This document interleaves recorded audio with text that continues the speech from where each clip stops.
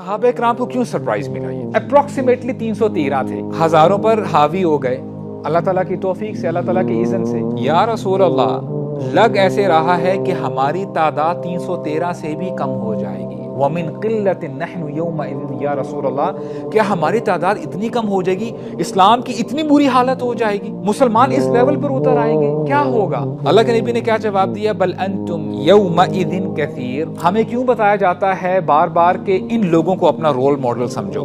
I'm talking about prophets of Allah۔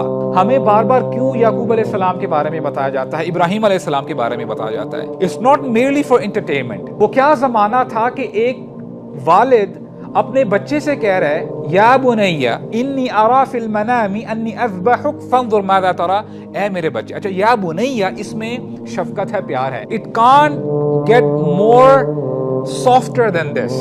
اے میرے بچے، اے میری جان کے ٹکڑے، میں اپنے خواب میں دیکھتا ہوں کہ میں تجھے ذبح کر رہا ہوں۔ اور ہمارے ہاں محاورتاً بھی کہا جاتا ہے کہ کبھی کبھار جب آپ کسی کو بڑی ہی اہم وصیت کر رہے ہوتے ہیں، نصیحت کر رہے ہوتے ہیں، تو آپ کہتے ہیں کہ بیٹا اس کو نا دانتوں سے پکڑ لینا، اس نصیحت کو، اس کو چھوڑنا نہیں۔ تو اس زمانے میں کیا ہوگا؟ ہمارے نبی نے کیسے بتایا؟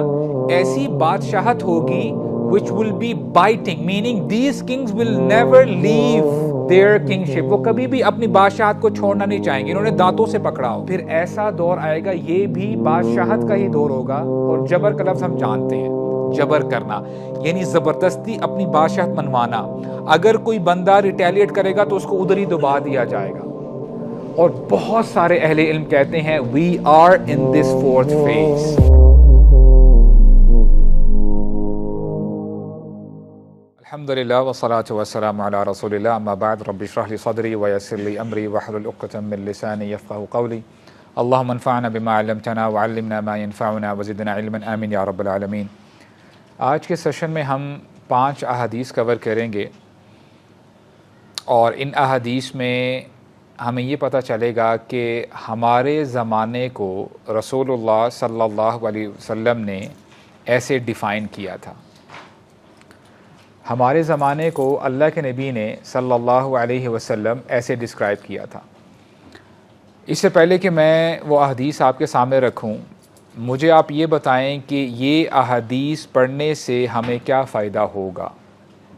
لیٹس سے ہم نے یہ احادیث پڑھ لی، اس سے ہمیں انڈیویجول لیول پہ کیا فائدہ ہو سکتا ہے، اور کلیکٹیو لیول پہ ہم کیسے مستفید ہو سکتے ہیں؟ کتنی امیزنگ بات ہوگی کہ آپ کو آپ کے زمانے کے بارے میں بتا دیا جائے، اس سے کیا فائدہ ہوگا؟ پریکٹیکل سٹیپس آپ لے سکیں گے،